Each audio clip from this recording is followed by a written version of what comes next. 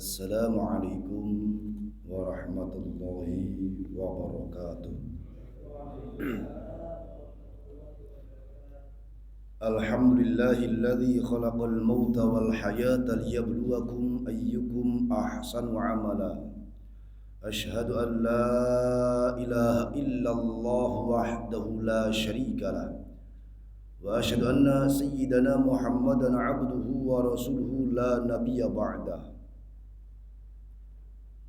Allahumma salli ala sayyidina wa habibina wa syafi'ina wa maulana Muhammadin wa ala alihi wa ashabihi ajma'in, amma ba'd.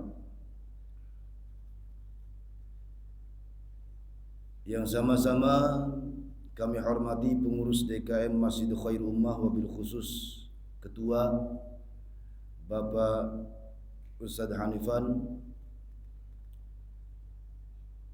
termasuk sebagai tim ubudiyah dan dakwah Bapak Ustadz Asmad, beserta asatidz yang lain, para sepuh, tokoh masyarakat, para pemangku wilayah yang sama-sama dirahmati Allah Subhanahu wa taala, hadirin jamaah sekalian,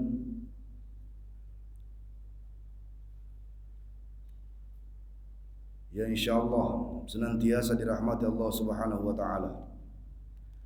Pertama-tama marilah kita panjatkan puji syukur kehadirat Allah Subhanahu wa taala yang senantiasa melimpahkan karunia nikmatnya kepada kita semua, nikmat yang tiada terhingga jumlahnya, sehingga siapapun di antara kita yang mengaku hamba Allah mesti wajib mengungkapkan rasa syukur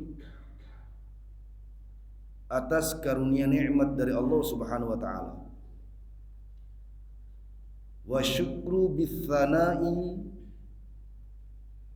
ay bil lisan wa bil qalbi wa arkanul ajsad. Syukur itu dengan pujian kepada Allah Subhanahu wa taala melalui lisan, keyakinan hati, dan gerak anggota tubuh kita. Rasa syukur yang kita panjatkan kepada Allah Subhanahu wa taala tidak cukup semata melalui ucapan lisan yang biasanya orang mengucapkan alhamdulillah, namun diiringi dengan ketetapan hati yakin bahwa karunia itu datangnya dari Allah. Ini syarat orang bersyukur. Diucapkan melalui lisan, diyakini melalui hati bahwa semua itu datangnya dari Allah, dan dipraktekkan melalui anggota tubuh. Ini kesempurnaan orang yang bersyukur. Batas minimalnya adalah orang mengucapkan alhamdulillah. Namun hakikat daripada bersyukur harus tiga ini yang terlewati. Harus tiga ini yang dikerjakan. Ucapan alhamdulillah, keyakinan dalam hati beriringan, kemudian melalui anggota tubuh. Di antaranya, bagaimana kita melakukan amal-amal solih sebagaimana perintah Allah Subhanahu wa taala. Maka amal-amal solih yang kita lakukan semata karena memang perintah Allah Subhanahu wa taala sebagai bentuk rasa syukur kepadanya. Kita melakukan ibadah mahdhah, salat, zakat, puasa, haji bila mampu, atau amal-amal yang lain yang ghairu mahdhah, sedekah, bertutur kata yang baik, sopan santun, bersikap, menjaga hati, perilaku, dan lain sebagainya. Maka amal-amal solih inilah dari anggota tubuh yang bergerak sebagai pelengkap utama daripada syukur kepada Allah Subhanahu wa taala. Salawat beserta salam semoga tetap terlimpahkan kepada baginda Nabi Muhammad sallallahu alaihi wasallam, kepada para sahabat, keluarganya, tabi'in, tabi'ut tabi'in, sampailah kepada kita selaku umatnya yang mudah-mudahan kelak yaumil qiyamah kita layak mendapatkan syafaat Rasul. Amin ya rabbal alamin. Hadirin yang dimuliakan Allah Subhanahu wa taala, Sebagaimana biasa,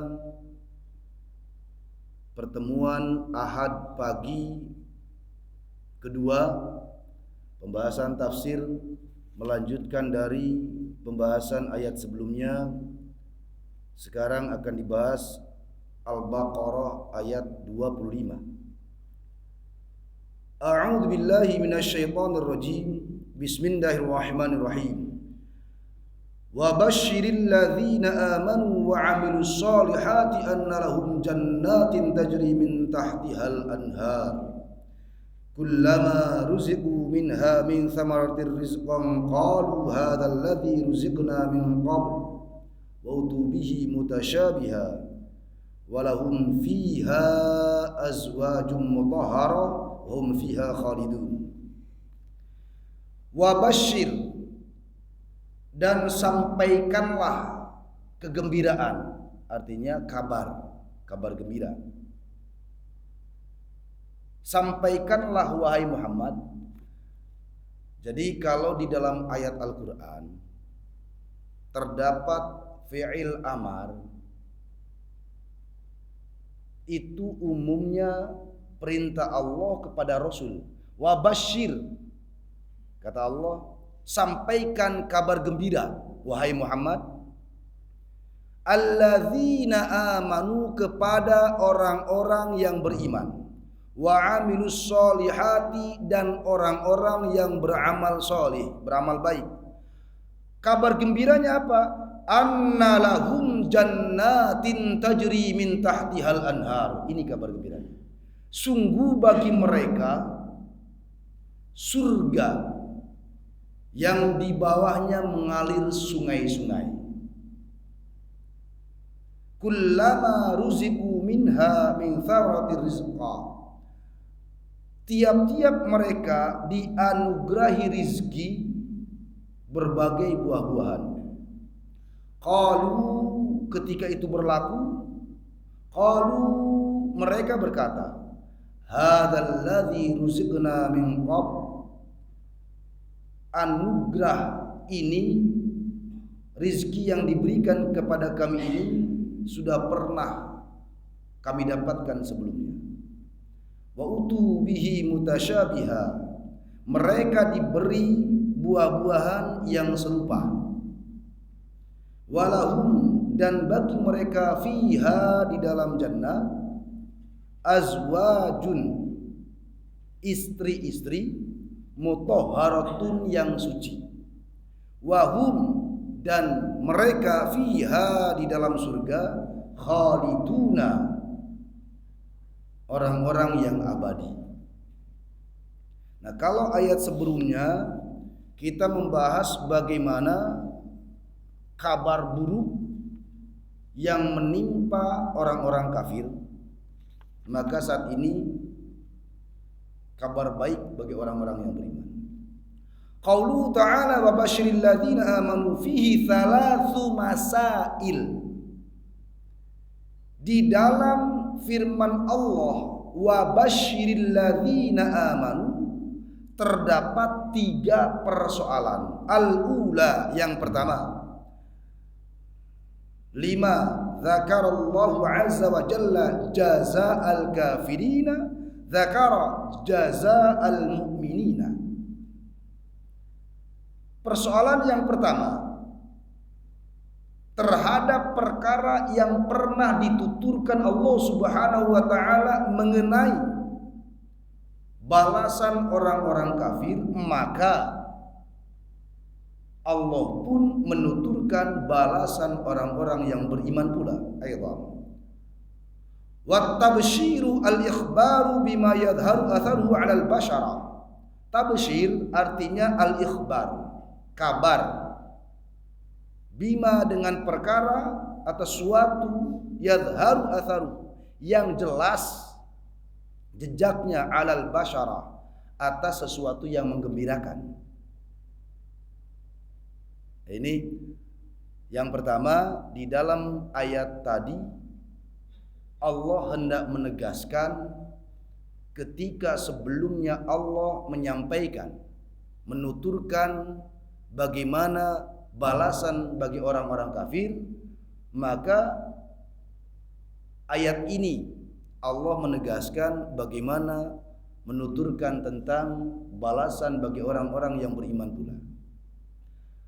Ats-tsaniyatu, yang kedua, ajma'al ulama'u ala annal mukallaf idza qala man basharani min 'abidi bikadza fa huwa hurrun. Soal yang kedua, tentang ayat ini para ulama bersepakat atas seorang mukallaf. Mukallaf itu orang yang akil balik. Kallafa yukallifu taklifan taklifatan taklafan tiklafan mukallaf. Jadi taklif itu orang yang terkekang atau kekangan. Taklif itu artinya tali kekangan, tali kendali. Mukallaf orang yang dikendalikan, orang yang terkekang. Oleh apa? Oleh aturan syariat. Bagi anak atau anak-anak bocah yang belum akil balik belum disebut mukallaf. Karena anak-anak itu belum terikat oleh hukum. Ketika seorang anak rajin melakukan amal solih, maka yang memberikan pengaruh baik itulah yang mendapatkan pahala. Ketika anak muda melakukan tindakan-tindakan dosa, karena ada anak yang nakal juga ya, maka yang berdosa orang-orang terdekatnya yang tidak memberikan bimbingan. Kecuali ketika anak tadi sudah akil balik, sudah kita pahamilah kalau laki-laki begini, kalau perempuan begini. Maka ketika seorang anak sudah akil balik, saat itulah dia terikat, taklif. Mukallaf, orang yang diikat, dikekang oleh aturan syariat. Artinya apa? Ya dia harus mengikuti, kalau dia beriman, dia terikat oleh aturan-aturan syariat. Manakala dia patuhi, maka dia akan mendapatkan balasan yang baik. Manakala dia melanggar syariat, maka dia akan mendapatkan balasan yang buruk. Persoalan yang kedua di sini mengenai ayat ajma'al ulama ala anna al-mukallafa idza qala man basharani min 'abdi bikadza fa huwa hurun. Adalah ulama bersepakat atas seorang mukallaf tatkala dia berkata, barang siapa memberikan kabar gembira kepadaku dari hambaku budakku bikadza, dengan kabar ini, dengan kabar tersebut, dengan ayat ini, fahuwa hurun, maka budak tadi merdeka. Nah di zaman Nabi Bang, ini kan ayat yang luar biasa, kabar gembira. Ketika ada seorang budak, zaman Nabi masih ada perbudakan, meskipun memang Nabi bagaimana beratnya memperjuangkan penghapusan budak, tapi masih ada karena sudah lestari dari zaman terdahulu kebudayaannya. Nabi memperjuangkan bagaimana menghapuskan perbudakan, tapi masih ada. Nah, ketika ayat ini disampaikan oleh seorang budak kepada tuannya yang mukallaf, ini untuk membedakan tuannya yang bocah. Maka saking gembiranya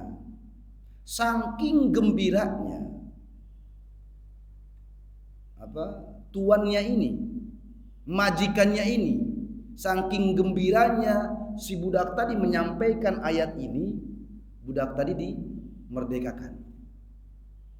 Ini anugerah dari ayat ini. Nah kalau kita mendengar ayat ini biasa karena psikologinya beda. Kalau zaman awal-awal pada masa kenabian, setiap turun ayat itu sesuatu yang surprise banget, kayak kita lagi nunggu-nunggu kabar gitu ya.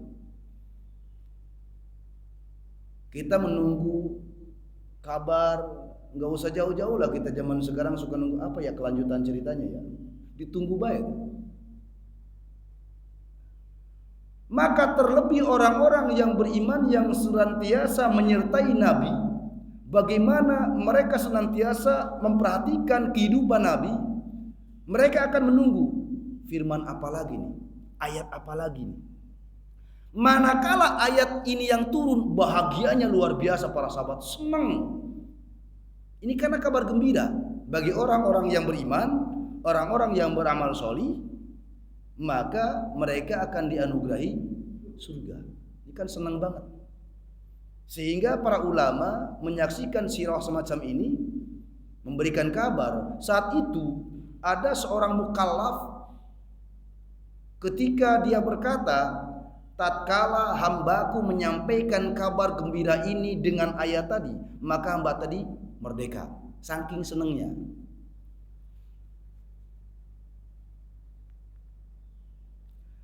Ats-tsalitsat, yang ketiga, qauluhu ta'ala wa 'amilus sholihat, dan mereka yang beramal baik. Radda, menolak ala man yaqulu, atas ucapan seseorang innal imana mujarradi yaqtadi at-ta'at, sesungguhnya iman dengan kesendirinya itu dapat dituntaskan oleh ketaatan. Taat yang bagaimana? Jadi tidak mutlak semata-mata taat. Sebab kalau hanya pernyataan taat tanpa diiringi dengan laku yang ikhlas, mustahil. Maka ini tertolak. Gambaran keimanan itu harus dengan taat, iya. Namun ketaatan itu tanpa diiringi dengan lillahi ta'ala, maka tertolak. Li'annahu law kana dzalika ma'adaha, karena yang demikian itu akan kembali kepadanya. Misal, ini hakikat iman ya. Betul seseorang itu beramal lillahi ta'ala. Ini hakikat iman. Kalau sudah lillahi ta'ala ya jangan ngarep-ngarep yang lain. Walaupun syariat memberikan tuntunan orang beribadah karena mengharap surga, iya. Takut neraka, iya. Tapi bagaimanapun tujuan utama adalah lillahi ta'ala. Fal jannatu tunalu bil iman wal amalu sholih. Surga itu dapat diraih dengan iman dan amal sholih. Wakila al jannatu tunalu bil iman wad darajatu tustahaqqu bil a'mali sholihah. Ada pendapat yang menyatakan surga itu diperoleh hanya dengan iman. Cukup iman saja. Lalu bagaimana amal sholih? Wad darajatu tustahaqqu bil a'mali sholihat. Sementara tingkatan-tingkatan surga itu keberhakannya dengan amal-amal sholih. Surga itu kan ada tingkatan-tingkatannya. Orang yang rajin puasa, dia mendapatkan surga yang pintunya bertuliskan Babur Royan. Jadi cukup dengan iman saja dia masuk surga tanpa dilambari oleh amal-amal sholih. Maksudnya begini, yang dimaksud amal-amal sholih di sini keluar dari ibadah mahdhah. Cukuplah dia dengan keimanan melaksanakan ibadah mahdhah, cukup sholat, zakat, puasa, haji bagi yang mampu. Dia tidak melakukan amal-amal yang lain kecuali itu, yang wajib-wajibnya maksudnya itu. Sementara amal-amal sholih di luar ibadah mahdhah, berinteraksi sesama manusia dengan akhlakul karimah, kemudian dia bersedekah, saling tolong menolong, gotong royong, amal-amal sholih yang lain. Ini adalah bagaimana mencapai derajat tingkatan surga. Dasarnya apa? Nabi pernah menyatakan barang siapa yang terdapat iman di dada manusia sebiji dzarrah sekalipun, maka dia layak masuk surga. Bahkan suatu kali ketika Mi'raj, Nabi diajak jalan-jalan oleh Jibril. Bagaimana gambaran penghuni surga, bagaimana gambaran penghuni neraka. Di antara riwayat tadi, Rasul diajak ke sebuah neraka. Banyak sekali penghuni neraka di sana. Neraka jahanam namanya. Kata Jibril, di sanalah kebanyakan umatmu. Nabi nangis.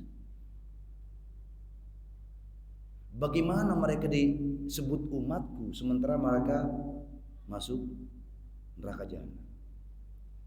Kata Jibril, tetaplah mereka umatmu, sebab di kemudian waktu mereka akan dimasukkan ke surga.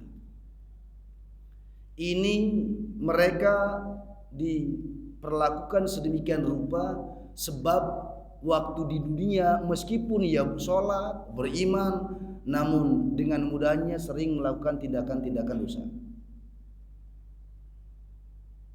Jadi begini, orang yang beriman meskipun dia melakukan kemaksiatan, ini keyakinan Ahlussunnah wal Jamaah. Meskipun dia melakukan dosa besar sekalipun kecuali syirik, maka tetaplah dia akan dimasukkan ke surga. Tetap dimasukkan ke surga. Ketika Rasul mendengar kabar seperti ini, kemudian Jibril memberikan keterangan yang jelas, kelak mereka pada akhirnya akan masuk surga. Dan ketika mereka sesuai kadar dosanya masing-masing, ketika orang-orang yang beriman diangkat dari neraka jahanam, maka tertulis di kening mereka itu tertulis, sudah distempel sebagai tanda, tulisannya jahanam gitu. Jadi alumni jahanam. Dan disitulah kebanyakan umat. Hadirin yang dimuliakan Allah Subhanahu wa taala. Itu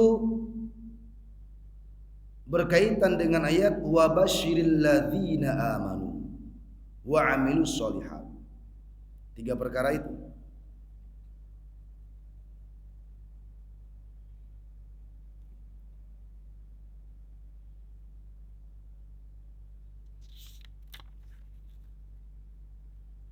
Tajri fi maudhi'in na'ti li janatin. Lafaz tajri itu penempatan na'at, tempatnya na'at sifat bagi surga.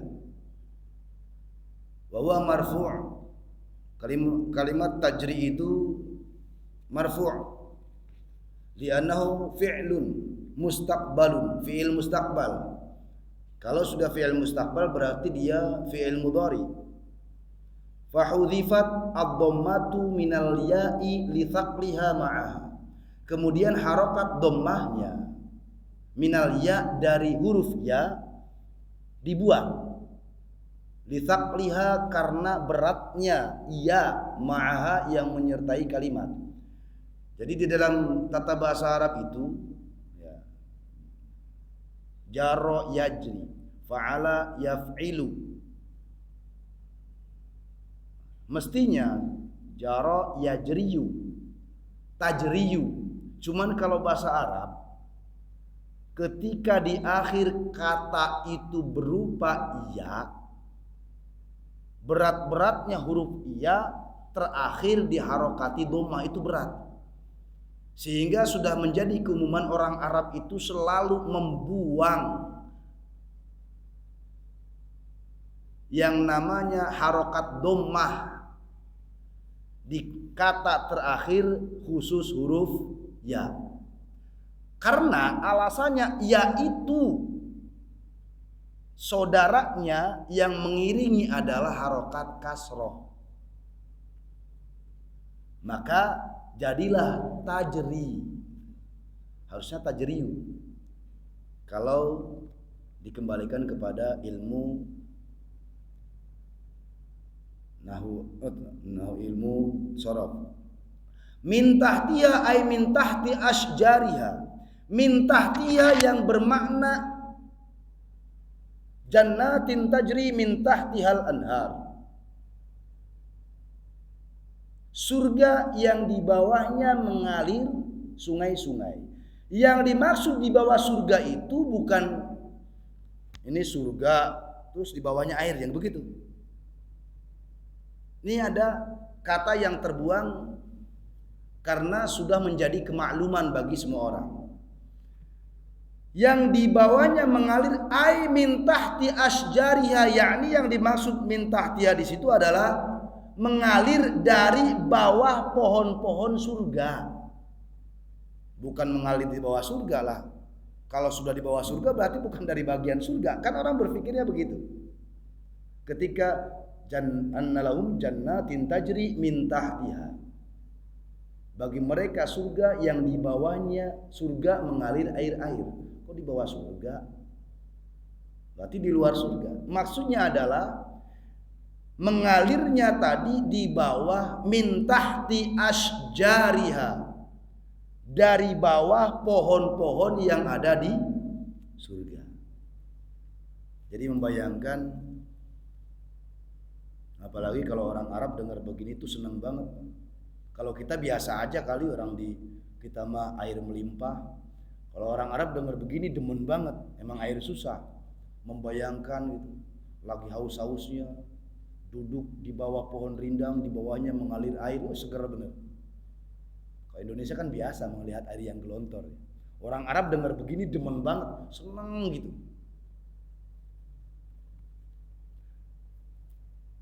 Walam yajri laha dzakar. Tidak, maksudnya tidak, air tadi tidak mengalir di bawah surga itu, tidak. Maksudnya adalah air tadi mengalir di bawah pohon-pohon yang ada di surga. Di annal jannat dalatun 'alaiha, karena surga itu sebagai petunjuk atas pohon-pohon yang ada di surga tadi. Al-anhar ay ma'ul anhar. Yang mengalir tadi adalah anhar, sungai-sungai. Ai ma'ul anhar artinya air sungai. Fanusibal jari ilal anhar tawassu'an. Aliran itu disandarkan kepada sungai-sungai yang luas. Wa inama yajril ma'u dahu fahudhifa ikhtisaran kama qala ta'ala was'alil qaryah ay ahlaha. Sama bahwa kata al-anhar di sini sebagaimana tadi min tahtiha itu menjadi sebuah kemakluman ketika dalam sebuah kata kita membuang satu kalimat karena kemakluman, sebagaimana di dalam ayat yang lain was'alil qaryah, bertanyalah kamu ke desa. Masa ilok desa ditanyain? Kamu silakan tanya ke desa itu. Ya, kita kan biasanya gitu. Coba kamu tanya ke kampung sebelah. Emang kampung bisa ngomong? Ini keumuman bahasa ya. Ai ahlaha, maksudnya ya ahli kampung tadi, ahli desa tadi, orang-orang yang ada di desa. Jadi ketika ayat-ayat tadi membuat kalimat-kalimat semacam ini sudah menjadi kemakluman yang terbiasa di dalam bahasa komunikasi manusia. Silakan tanya ke desa sebelah. Desa nggak bisa ngomong, maksudnya tanya ke orang yang ada di desa sebelah. Itu berkaitan dengan penggalan ayat-ayat tadi sebagaimana was'alil qaryata ay ahla. Maksudnya bertanyalah ke orang-orang desa tadi.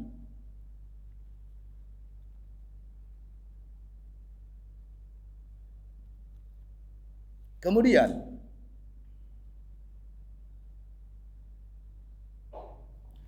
ketika ada ayat yang sebelumnya, qalu hadzal ladzi ruziqna min qabl, mereka berkata inilah karunia yang diberikan kepada kami sebagaimana sebelumnya. Artinya ini menggambarkan ketika orang-orang yang beriman dan beramal soleh itu mendapatkan buah-buahan yang segar, itu mereka merasakan sebagaimana mereka pernah memakan buah-buah sebelumnya. Artinya ketika hidup di dunia. Ini menggambarkan betapa apa yang dimakan di surga itu juga dirasakan apa yang ada di dunia. Hanya bedanya tentu di surga lebih manis, tidak ada yang namanya basi, tidak ada yang namanya sesuatu yang tidak kita kehendaki. Kalau di dunia kita beli jeruk, kata penjual, wah manis semua, nyatanya campur asam. Kalau di surga enggak, apapun yang kita kehendaki, pingin manis semua ya manis, pingin rada asam-asam ya sesuai dengan kehendak hati. Ini yang dimaksud min qablu, yakni fid dunya. Min qablu itu yang dia rasakan sebelumnya di dunia.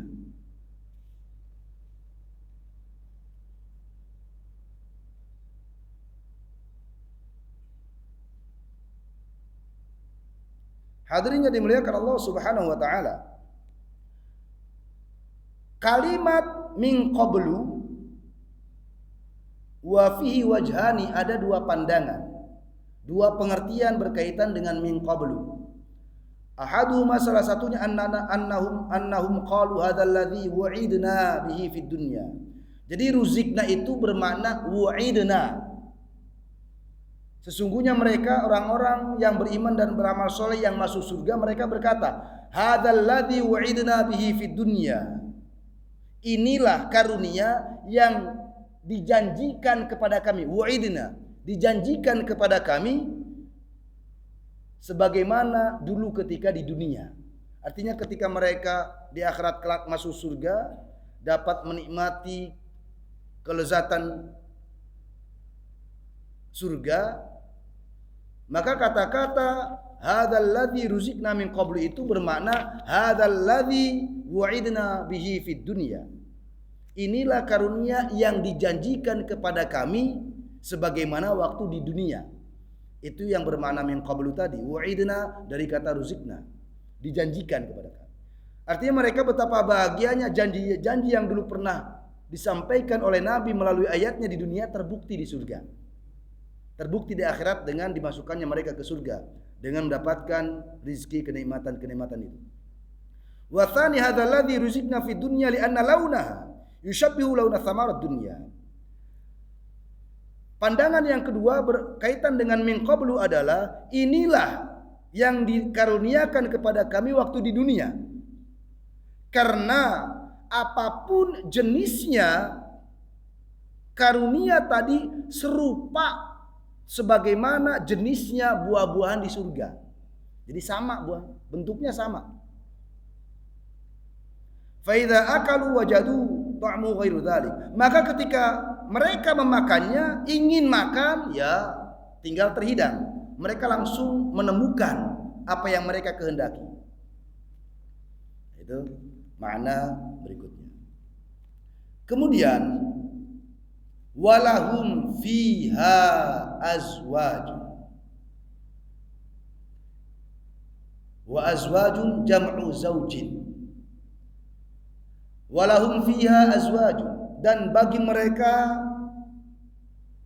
di dalam surga terdapat istri-istri. Azwaj jam'u zaujin. Azwaj itu jamaknya 8 zaujin.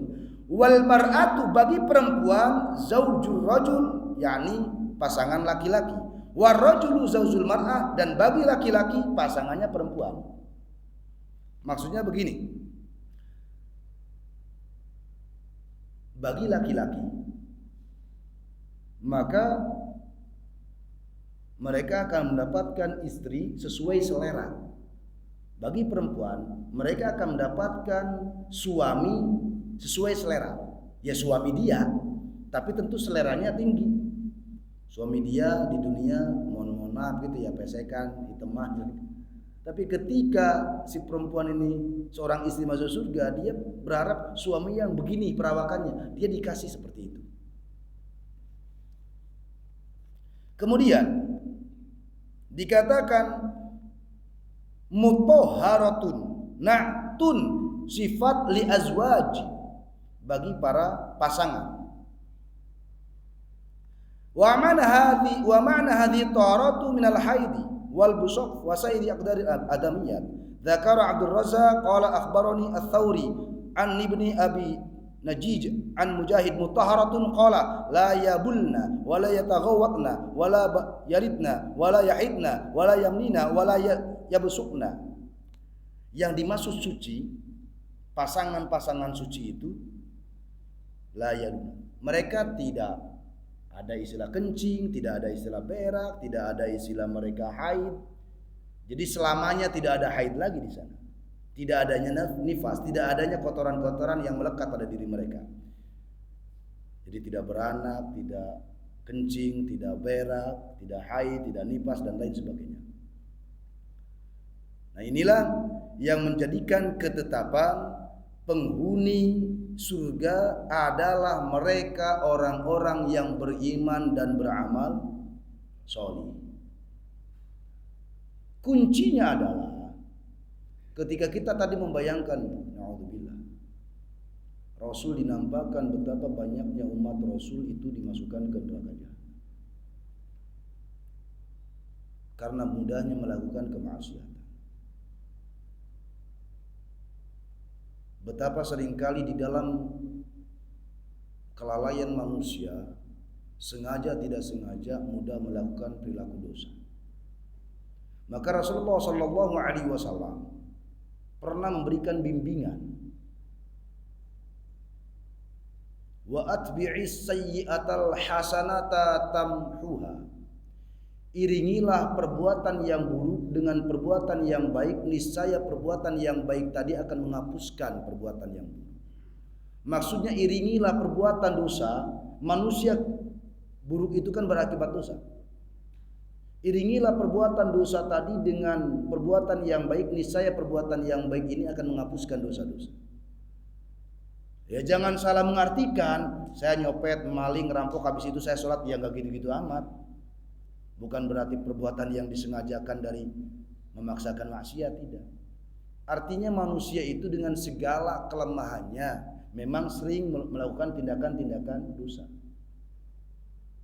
Maka teruslah, menurut hadis ini, teruslah beramal sholih, terus beramal sholih. Amal-amal sholih amal-amal sholih inilah yang kelak akan mudah menghapuskan dosa-dosa. Misal diantaranya Nabi Muhammad Sallallahu Alaihi Wasallam pernah bersabda, as-sholah baina sholah mukaffaratun bainahuma. Sholat yang satu dengan sholat yang lainnya adalah penebus dosa dari perbuatan-perbuatan dosa. Misal dari sholat zuhur ke sholat asar, habis zuhur kita melakukan tindakan-tindakan dosa. Maka ketika waktunya tiba sholat asar, setelah sholat asar, di antara waktu zuhur dan waktu asar tadi kita melakukan tindakan-tindakan dosa. Maka ketika sholat asar ditunaikan, terhapuslah dosa-dosa yang kita perbuat tadi. Inilah maksud daripada ketika Rasul pernah menyatakan orang, riwayat Umar, sholat itu diibaratkan seseorang dinampakkan aliran sungai di hadapan rumahnya yang tiap 5 waktu dia mandi. Bagaimana hasilnya? Bersih pasti. Jadi sholat itu diibaratkan aliran sungai yang di depan rumah kita yang tiap 5 waktu kita mandi. Itulah sholat. Maka dengan sholat itulah mudahnya terhapusnya dosa-dosa atau amal-amal sholih yang lain.